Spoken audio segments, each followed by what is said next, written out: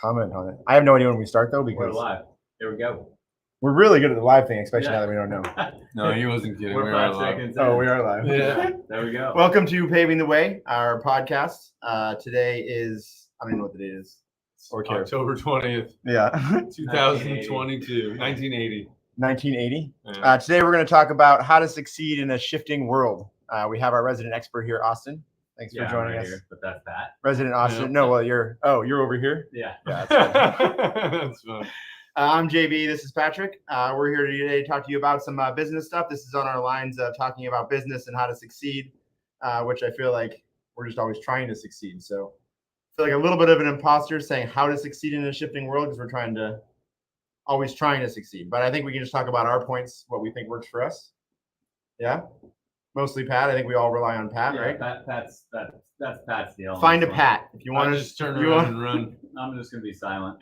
If you want If things start to shift, just make sure you're not on the crack. if you want to if you want to survive in a shifting world, find Pat. That's the message. Podcast over. Thanks for joining us, everyone. Great.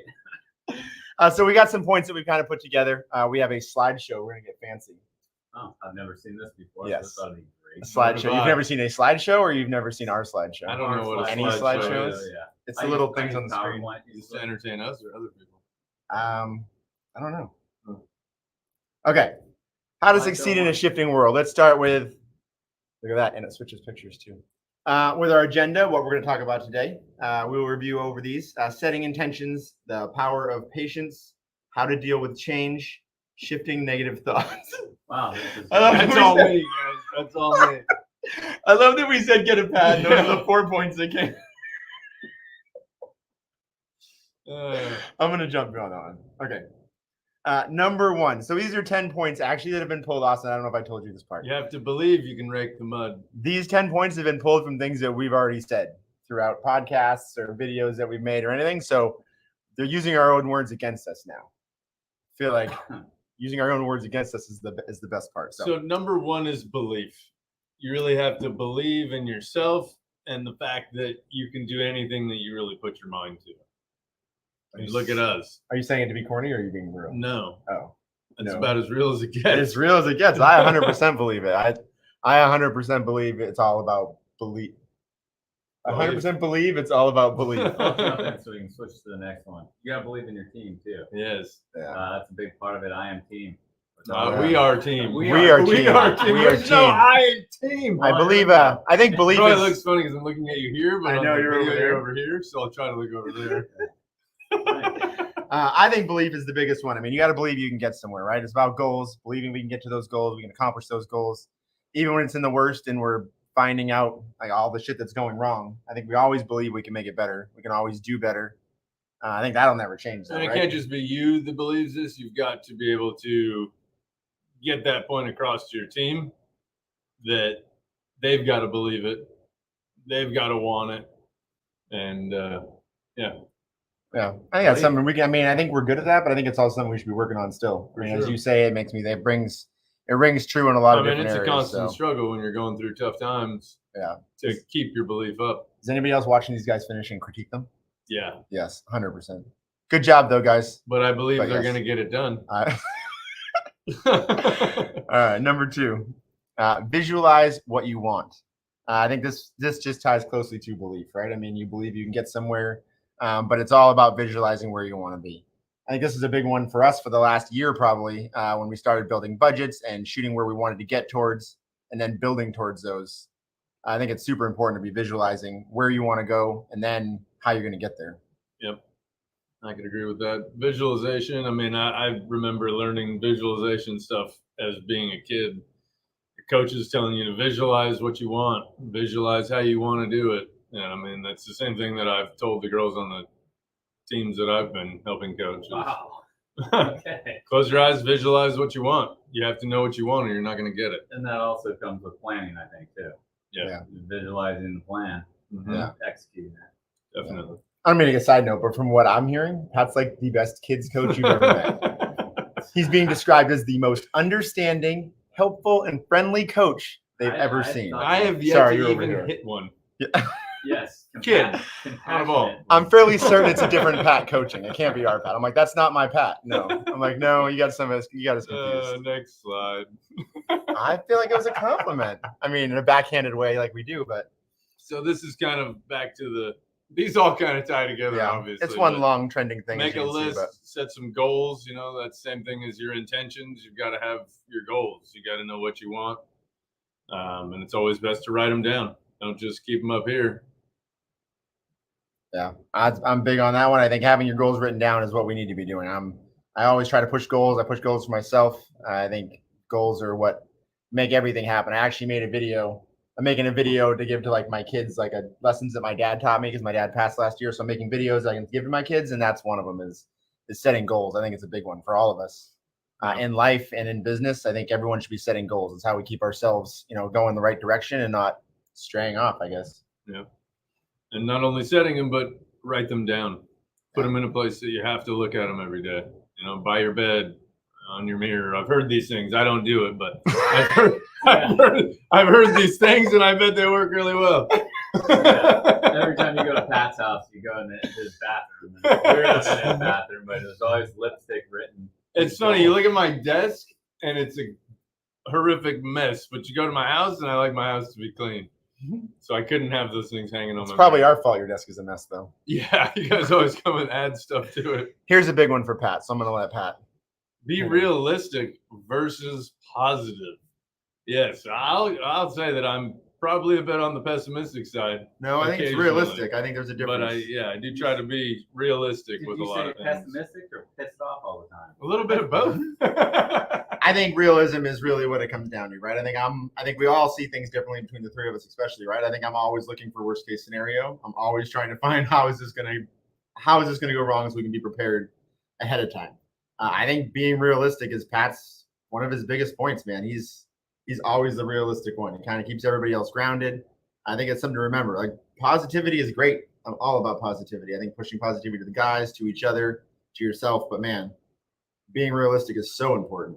Yeah. I think that's what makes Pat. Don't you? You agree with that or what? Yeah. Be realistic, Pat. For now on. Be awesome. He read it as be realistic, don't be positive.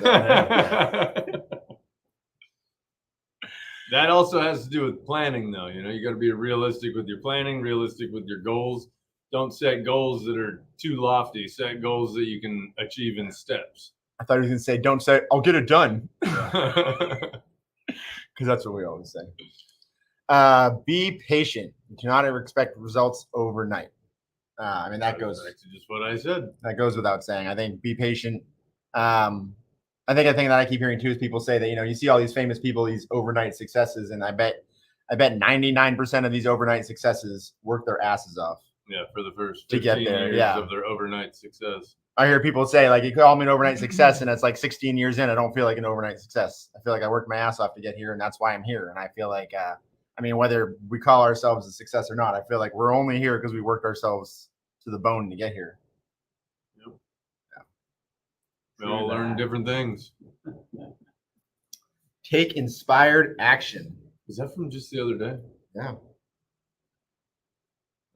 That picture's from a storm drain project that we're on. That's pretty awesome. That needs to be realistic about. Yeah. And we should all be inspired by We it. realistically didn't charge enough. We need inspired action on this one for sure. We need all the action we can get on this one for sure. Take inspired action. It's setting goals. It's all, like you said, they all tie together, right? You take action. You have to constantly be taking action.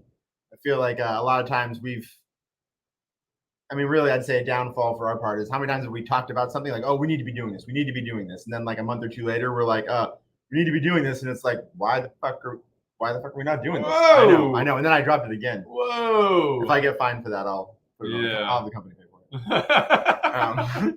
Like Austin's red light ticket? Pat's accident. How dare you, sir? That was not his fault. No, it was not. Yes. So, I think action's the number one, right? Action, I think, comes before everything. You always have to be taking action. Without action, there is nothing. Visualize your success versus visualize your failure. So that one's not me because I'm always visualizing the worst case scenario. I'm always telling everybody how this is not going to work out. I think Austin's way more positive with that, though. So, Austin, how do you visualize success instead of failure? Oh gosh, How do you visualize success instead of listening to JB? by being positive. Yeah, and prepared. Staying positive. Well, I think trying you guys to plan. I think you both just know that no matter what, we have to get it done. So you don't spend your time visualizing how we're going to fail. You spend your time thinking and trying to visualize how do we get this done. I think that sometimes the guys, they've got a plan, and I'm not calling that failure, but then we're visualizing our success as a team, as a group, and implementing that is a big the difference for success and failure. The same thing. Tell me more. I'm staring the opposite direction here. No, this is how we're looking at you. We're switched on the screen. No, I'm staring. I'm very I interested. need to strike that model because I think you put that really well. I think also I've come to the last couple months. I feel like I've come to the conclusion that I don't necessarily believe in failure anymore. I don't think failure is real unless you let it be failure in your head, right? Like we get a job, we're going to finish it. Like there's no option of us not finishing this job or, oh man, we failed on that one. Like that's not a possibility. You only fail if you don't learn. Yeah, and learning is part of a failure, and then what you do with that failure turns it into success on the next project, or if you kick a soccer ball, it's anything. Yeah, I think failure is just your frame of mind, right? You just keep that out of your mind. Success is the only option. Man, I don't know about you, but we're killing this. Yeah. Be open to change. That's scary. How come you don't know about me, but we're killing this? Oh, I meant that must mean that you guys are killing it and I'm not. Be open to change because there's not a goddamn thing you can do about it. Change is going to happen whether you like it or not. I mean, I think this one's important coming up now, right? I mean, I'd say with the economy changing the way it is, who knows what this will bring, but I would say things are going to change, and it's going to change for all of us. So if you're not open to it, you're just asking to fail. Yeah. Oh, you got to plan. Yeah. Plan for what's coming. Plan for the change. Do the best you can to plan for it. You can't always plan for everything because you don't know what's going to happen. But do your best and. Yeah. But I think where I've said it once or maybe even twice in this one, but I think being prepared for everything, like always being prepared. If we're prepared for anything that comes up, it's really all you can do, right? You should be ready for it to change. It's going to change. You don't control that. Be prepared. Yep. Release negative thoughts. Does that mean into the office? Because this would be another Pat one. Yeah. Release negative thoughts into the office. Get them out there. So don't hold on to those things. Yeah, that's bad for you, toxic inside, if you hold on to these negative thoughts. So sometimes everyone in the office has to leave because I release so many negative thoughts. I told him I went out back for an hour and a half yesterday. That's what happens when he comes back from being sick. I mean, you got to release the negative thoughts, but I also think, this may have meant just let them go. But I think get them out there. I feel way better when I have a problem and I call and complain and be like, Pat, what the fuck is Austin doing? Swimming in my pool. No, but when you're upset and frustrated, and I call when I talk to you, Austin, or I talk to somebody else, why is this happening? I almost did it again. Why is this happening? Why is this going on? But then I feel better after. I think you got to release them. You got to tell people about them. You got to find your own way of getting those negative thoughts out because they're not going to help. Stop focusing on the negative. I know. For sure. They need to get that roller line out. Yeah, I noticed that too. But the rest of it looks good. That's a clean pave right there. Yeah. Where is that? Is that the temporary one down in Berkeley? County Church. You just made that up. Shut up, dude. This guy. Be clear and communicate along the way.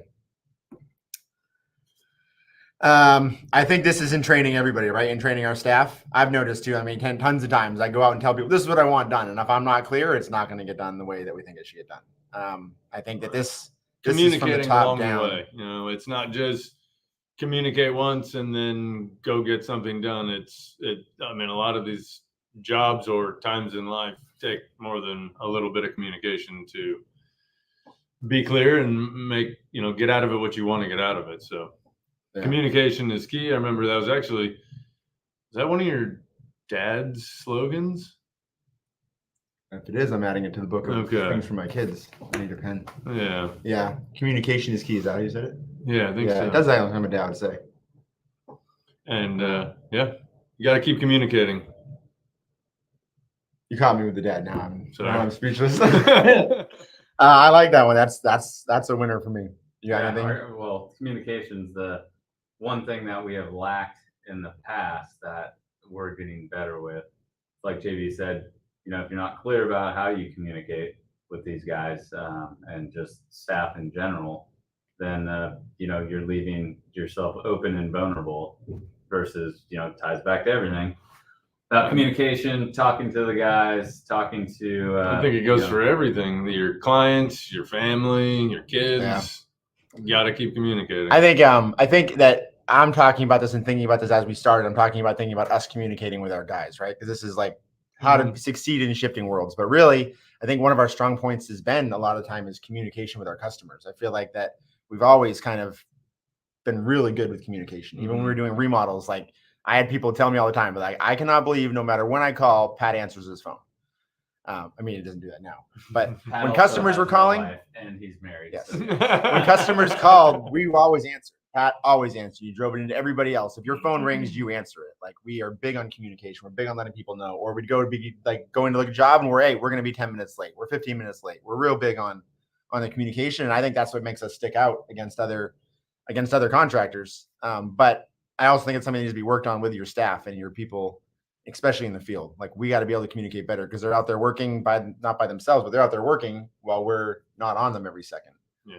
So that we've got to expect them or they've got to expect us to educate them properly and how we want it so that they can do it properly. And you've always got to strive to do better. Yeah. When you think you've done enough, do more. And then how are you succeeding in your shifting world? So I'd love to hear about other people in comments. I'm always about learning. So if you have other things that we've missed, I'd love to hear about it. Please reach out in the comments or text or call Pat at any time. He always answers. 916. Yeah. Facebook, LinkedIn, Instagram. Text Pat's cell phone. Yeah. So in 2 weeks, we're doing this again. And I believe Jim Dale is coming on from Nice. Pizer. And he's going to talk to us just kind of about the relationship we've built with them over the years and maybe some projects we've done with them. And maybe we get some tips from him on how he's surviving changing economies, because I'm sure he's preparing for this also. They've done a really good job of building a solid company over there. So I'm excited to hear from them. Definitely. Yeah. Thanks for joining us. Like Pat said, reach out to us all, and thank you.